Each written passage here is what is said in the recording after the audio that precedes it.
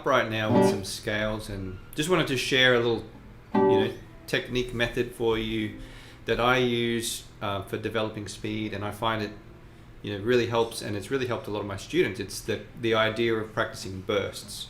So instead of, if you're playing a scale or a passage or whatever it is, tremolo, a lot of different things that require speed, arpeggios, doing it in bursts is a really, really great way to get your technique, to develop your speed basically, because what's required at a fast tempo is different to what's required at a slow tempo. So the traditional way of increasing your speed by starting slow and gradually building up the tempo, sometimes that can work, but not always. And sometimes you can actually get stuck. You'll hit a threshold, you'll hit a plateau, you won't be able to play any faster. It's very common.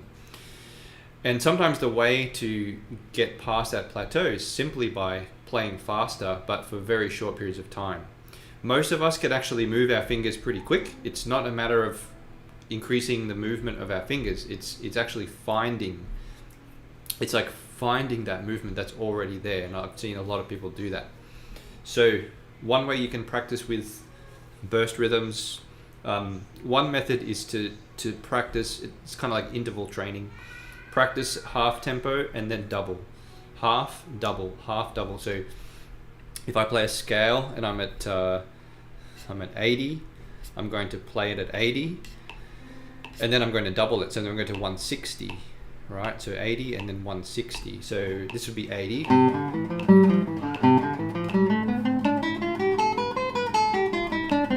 Right, that's 80.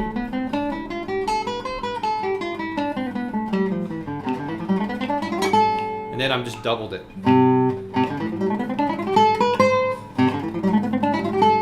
And I'm choosing a sort of random amount of time, like an amount of notes that I feel I can do that tempo comfortably at. So 160 is pretty fast, so I can't maintain it for a very long time. That's pretty comfortable. I could try to do 2 octaves, so from the bottom to the top.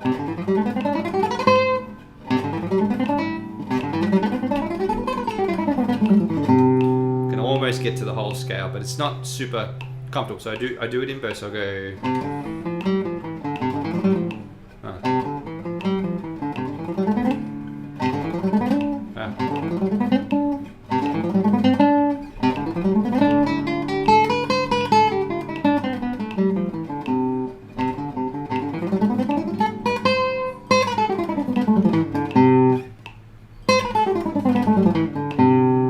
Okay, so that's one way to do it. So that's gotten me to a pretty quick tempo pretty quickly.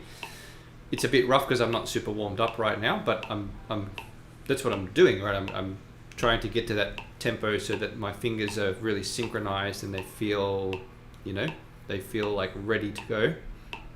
Okay, so that's one method. Another method, actually, let's stay on this method for a bit. Let me stay on this method for a bit because there's a lot of application here. So this idea of practice half tempo and then double. You can do this with many other things. So for example, an arpeggio pattern. So Villa-Lobos Etude 1. So I'm at 80. Then I'll go to 160. 80. Double. 160 is pretty quick, right? But I'm not going to play at that tempo for long.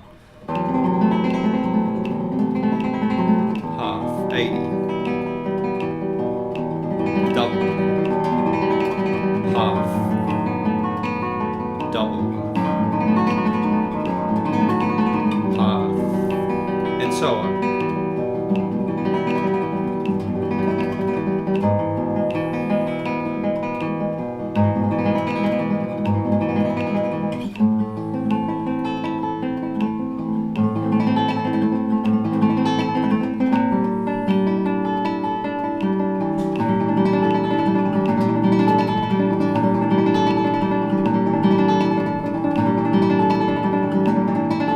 Listening when I play it slow and fast, I'm listening very carefully, to things like clarity, evenness, projection, tone quality, dynamic shaping, things like that.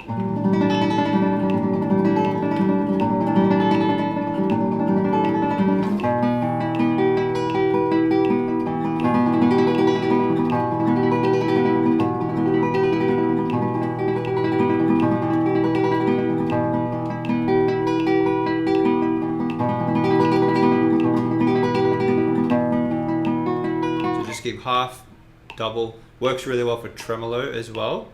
If you do something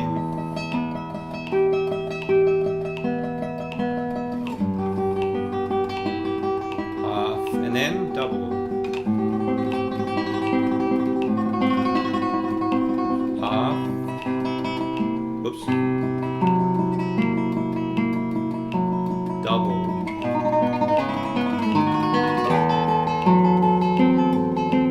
You want, you could just stay on one chord and just practice here, double,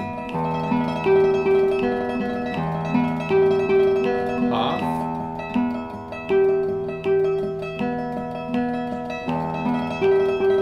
yeah. If I get a bit more in detail here, you know, what you do when you play fast, essentially what's required, one of the things that's required, there's a few things, but one of the main things is that your movements become more efficient. So when you play slow, you can get away with larger movements because it's slower. When you play faster, you can't. You have to minimize the range of movements to a degree. And so that's why it's really helpful to go from slow to fast to slow to fast, because you can kind of transfer what you need from the fast tempo, you can transfer that to the slow tempo, and then the habits, the good habits you do in the slow tempo gives you a chance to reset and relax and everything as well. You can then transfer to the fast tempo. So there's this really nice kind of cycle that happens between practicing slow and fast. So yeah, you can do that with arpeggios, right hand arpeggios, tremolo, scales, pretty much any passage really. If you're playing something like even a passage from a piece, like if you're doing something like La Cathédrale, the third movement, for example.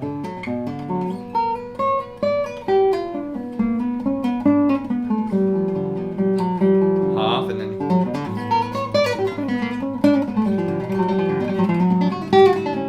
double, half.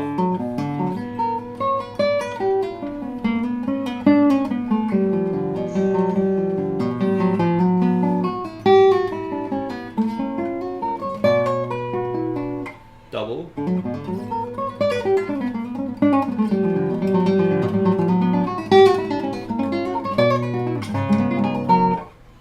And what I'm doing when I practice slow, what I'm doing is I'm really trying to exaggerate shaping.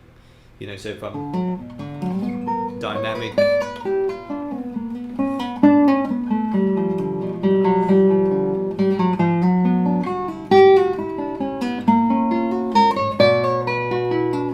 then when I double it, I try to keep that going. So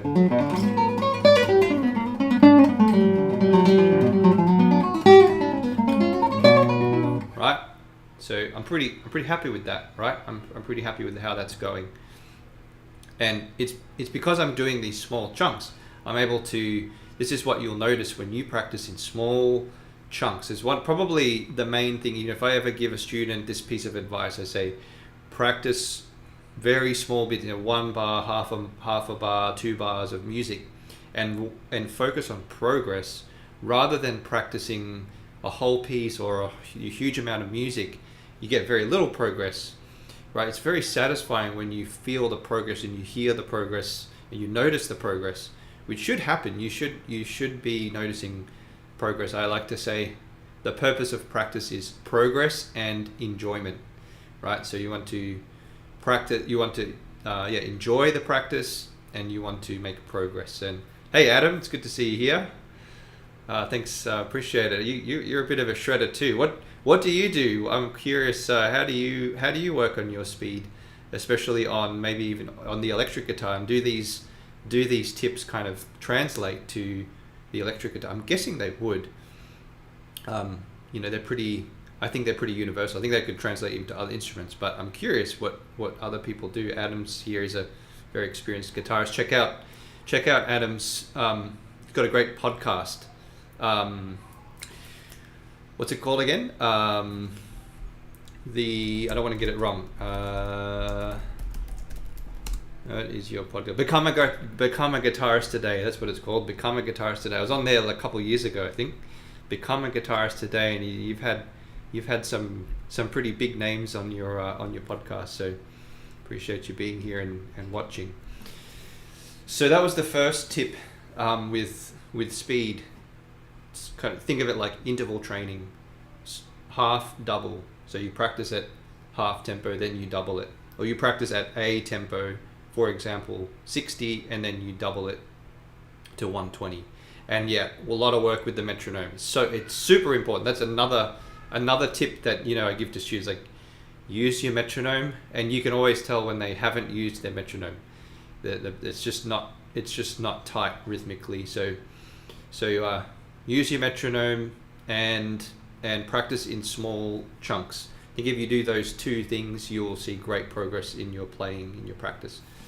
So that was tip number 1, interval training, let's put it that way.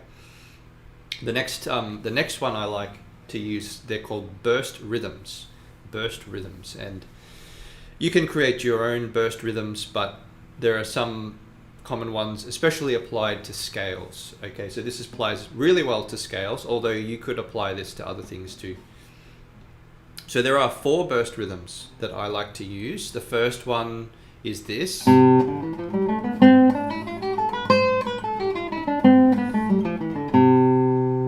could think of it as T, ticka, ticka, ticka, T, ticka, ticka, ticka, T. That's it, so I'll do it again.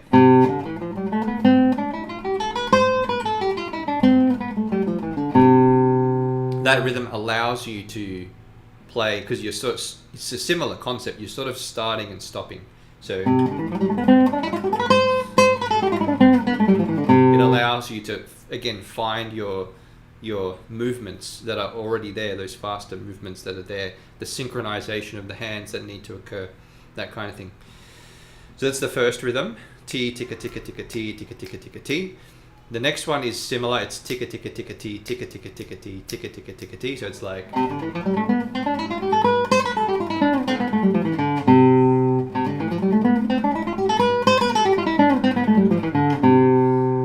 Ticka, ticka, ticka, tick. That's the second one. The third one starts to use triplets. It sounds like this. Sorry, it goes like this.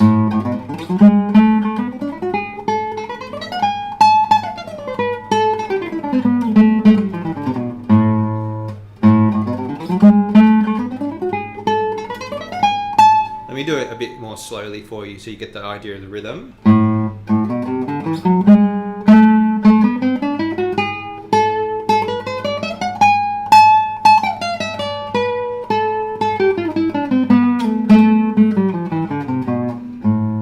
So that's that rhythm.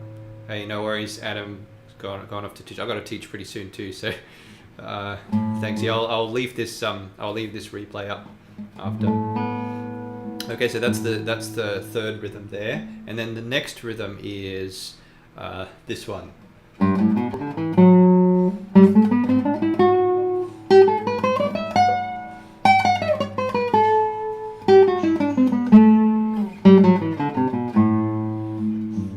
So I'll play it a bit faster now so you get the idea.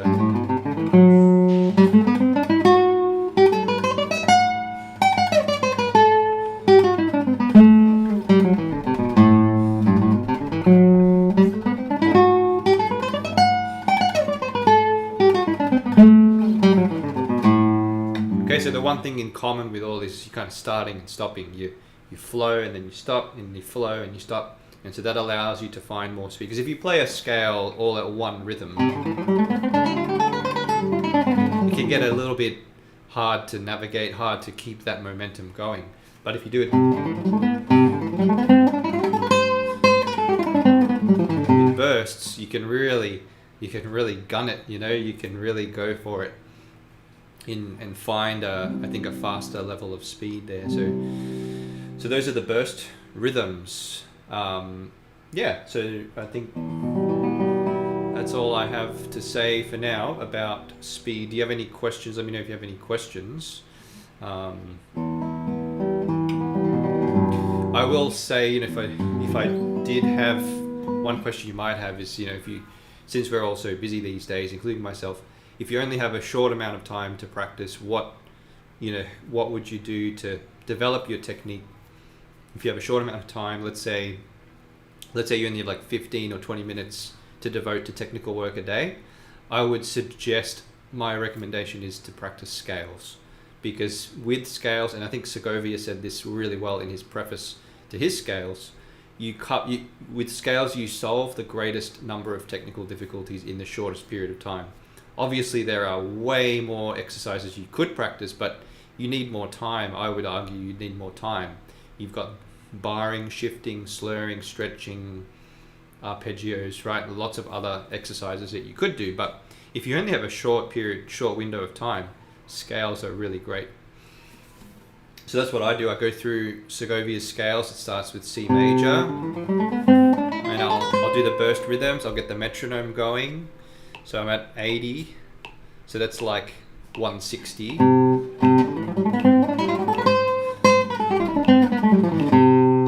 And then, so what I like about these scales is you're going around the circle of fifths. So you're starting at 12 o'clock, C major, A minor, and then you go to 1 sharp, G major, E minor, and then 2 sharps, D major, B minor. And so it's actually a really great way to learn the circle of fifths is by playing through it. So that's what you do. And I'd recommend doing it. Go through the whole series of this whole cycle of scales so that you're just familiar, you just know the keys really quickly. So the first one's C major, and you get A minor.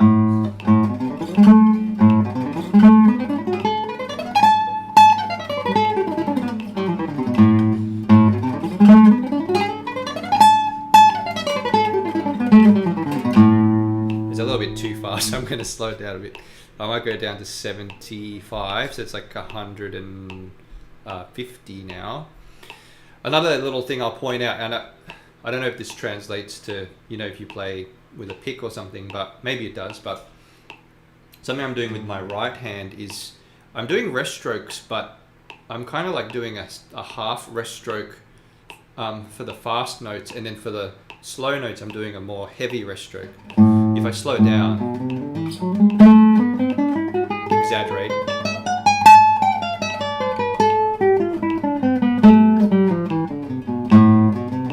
light, heavy, light, heavy, light, heavy, light, heavy, light, heavy, light, heavy.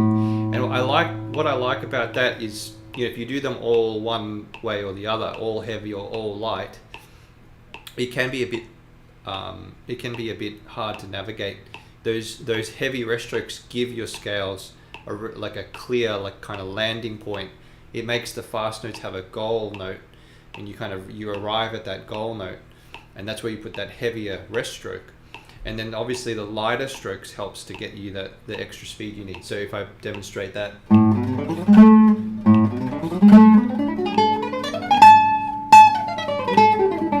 Whoops.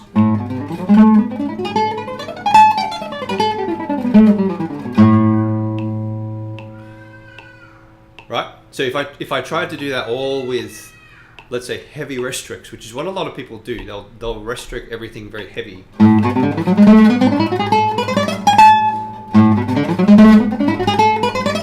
I'm getting more power, and maybe flamenco guitarists can do that.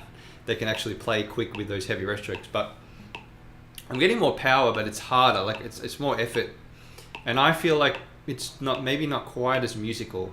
It might be good if if you need a really punchy something like flamenco or something similar to that.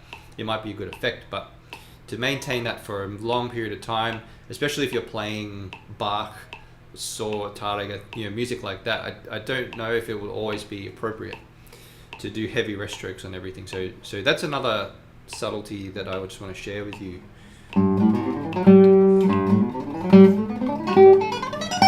Wow, I'm actually surprised there. That's M and A.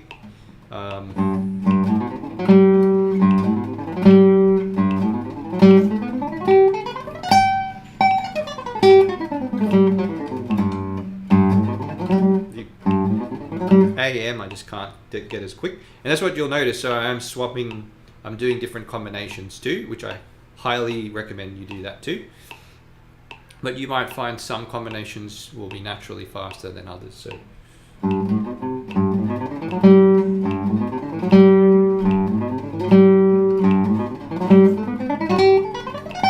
another point I want to mention is the thumb.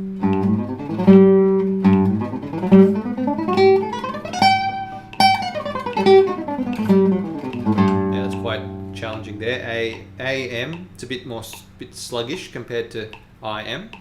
But I want to mention the thumb. So I like to anchor the right hand thumb, and I think the left hand thumb has a great impact on your left hand technique. I'll turn this metronome off. The placement of your left hand thumb. So a lot of guitarists tend to, on the classical guitar, tend to place their left hand thumb too far forward, too far up here. And what that does is that when you're playing on the bass string, you start to flatten your fingers and bend your wrist. You're putting yourself in a bit of a compromising position for your hand, right? I think what people think is the advantage here is that you're creating clearance, right? Which is true. You're creating clearance so that the open strings can ring if they need to, but you're sacrificing a lot. So what you want to do, what you want to think about is bringing your left hand thumb more to this side of the fretboard and curling your fingers a lot and positioning through rotation, positioning your fingers so that you get the clearance you need, but with a straight wrist, especially when you're playing on the bass strings on the sixth string, especially on the sixth string. So you see my fourth finger is nice and curled here. It's very common to see that kind of positioning. That's a more subtle, than that, but yeah. So I just want to mention those two things with the thumbs there. So the anchoring this thumb, so meaning keeping it on the sixth string or just anchoring it on a string while you're playing. I really like that feeling because it helps to stabilize the hand. And then thinking about the position of your left hand thumb. So the thumbs, although we don't use them perhaps as much, especially the left hand thumb, we don't use the left hand thumb in playing. We don't play notes with the left hand thumb. And I'd say, the right hand thumb, we definitely use it on the guitar, but I think it's more the fingers that are used. The thumb tends to be more in the background, playing the bass lines. Not always, of course, but so the ones that what I'm trying to say here, another impact that this thumb has is the arching of your wrist, which is also really important, because another thing that I notice is people often have wrists that are too flat, and then the opposite problem to that is that your wrist is arched too much, and that's a similar problem. You don't want to bend your wrists too much. But I think you can find a nice natural arch of the wrist by thinking about your thumb, the optimal thumb position. That is where, if you want to get that nice crisp bass sound, where do you place your thumb, right? Where do you place your thumb? So for me, it's there. So I'm getting an arch of about that much, right? Which is it's almost getting too much, I would say, but it's like on the cusp of overarching. But if I flatten my wrist, what happens is I can't get that my thumb sound. I just can't get that crisp thumb tone anymore. So I'm getting that crisp thumb sound, and then that helps guide the amount to arch my wrist. When your wrist is arched, then you should have nice freedom in the fingers. If you flatten your wrist too much, if it's too flat, it tends to cause you to pluck with very limited range of movement in the right hand. And another common habit is you'll see people do that. If their wrist is too flat, in order to get power, instead of following through, because it's hard to follow through, people will start to pluck up like that. So I just want to encourage you to check out your thumb position here, get that nice, beautiful, crisp tone in the bass, and then that should guide you as to where the wrist is playing. I like to call it a one-handed clap when you get that powerful but relaxed movement in the fingers there. And then think about your left hand thumb here for the left hand, and you want to notice a straight wrist, whereas it doesn't have to be completely straight. A little bit of bend is okay. You know, natural. There's a natural range. We don't want to force our wrists to be straight either. There is a bit of, you know, there's a bit of margin, but just want to watch it that it doesn't get excessive with both hands. Okay, so anyway, back to scales. I've got I only have 5 more minutes. Let me know if you have any questions here. I'm going to wrap up in a few minutes. So okay, where's my metronome? There's my metronome. Okay, so where was I? I think G major, E minor. I think I did G major with AM. Now E minor. Back to IM.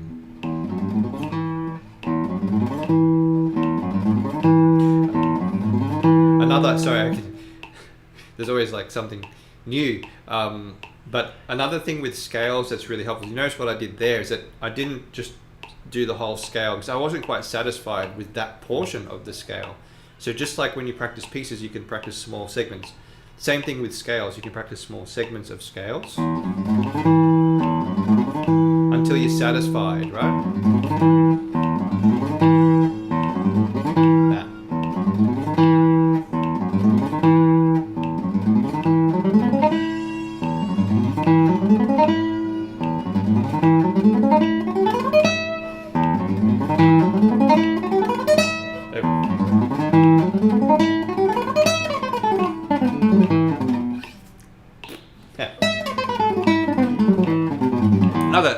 Here's another thought, and I probably will have to wrap up.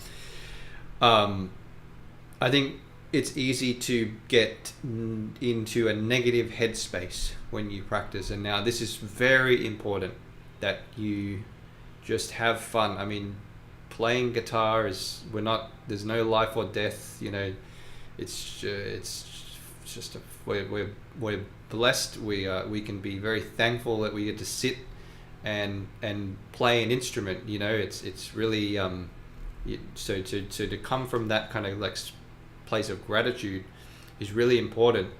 And be aware, be conscious, and be aware of any negative thoughts. Like, I made a mistake, I was like, you know, it's fine, you know, it's just a little blip and I can fix it, and this is fun, I like the challenge. I've almost never, there have been times when I haven't enjoyed practice as much, but I've always enjoyed practicing. I just always enjoy it. And you know, there's different degrees, right? Some days I enjoy it more than others. But so I said earlier, the purpose of practice is progress and enjoyment. So make sure you enjoy it. If you make a mistake, figure it out, solve the problem, and you know, slow it down, use a metronome, isolate the spot, and just have fun. And just, you know, I made a mistake, you know, smile. Replace the habit of negative thoughts and, you know, faces. I see, you know, a lot is said with a facial expression. Try to smile instead. Turn your frown upside down, you know, replace this frown with a smile. And when you get in that habit, you actually do that naturally. So I think I do that quite naturally. So Joaquin, have I tried the Brouwer scale method? I've seen that book. I have seen that book. I've tried some other scale methods. I know, that what I'm using right now is Segovia. I know there's Carlavaro's book 1 from the didactic series for the guitar. I know, there's the Brouwer. I can't remember what the main angle is of that book. I'm sure it's great. I mean, I really, you know, Leo Brouwer, great composer, great guitar player. So I have checked it out. It's been a while. I probably got it in my bookshelf back there. I've done so. I have looked at the Brouwer, and another series of studies, scale studies, I highly recommend, is by Luigi Mozzani. And you can download it for free. Mozzani, I think it's called The School of Guitar. It's public domain. I've done a video on it. I like to call it the original pumping nylon, because I think it is the original pumping. You're really pumping nylon, like you'll actually feel your biceps getting a workout, you know. So here's the link to that. I'll pop it in the chat. Hey Carlos, good to see you. Good afternoon. This is a great book. I think it's in 3 parts. The scale part is in part 2, and I highly recommend you check it out. There's some great exercise. It starts off with this movable pattern.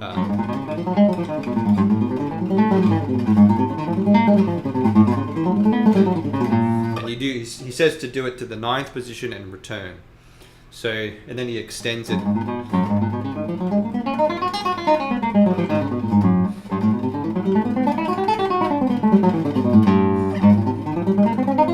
And he extends it, and he adds barring, and he does minor and major and different patterns and all sorts of things. There's some really great stuff in there too. So maybe I should check out that Brouwer scale method and see what what's the kind of what are the principles or the angles that he explores in that, because I can't remember off the top of my head.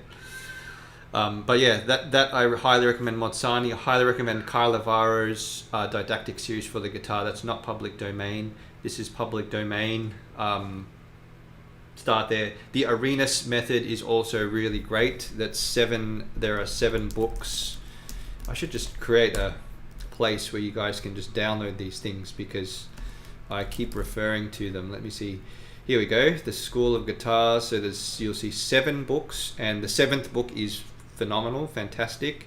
But you'll find good stuff throughout all of them. Anyway, I need to head off. It's my turn to teach now. So thanks for joining, and let me know if you have any questions. Pop it in the chat live stream or the main chat, there is a free template you can download. You can also book a free consultation or free trial lesson with me using the links in the description. So thanks for joining, and I got a bit of a nice workout, I was going to say a nice warm up. So thanks for joining me for that, and I'll see you next time.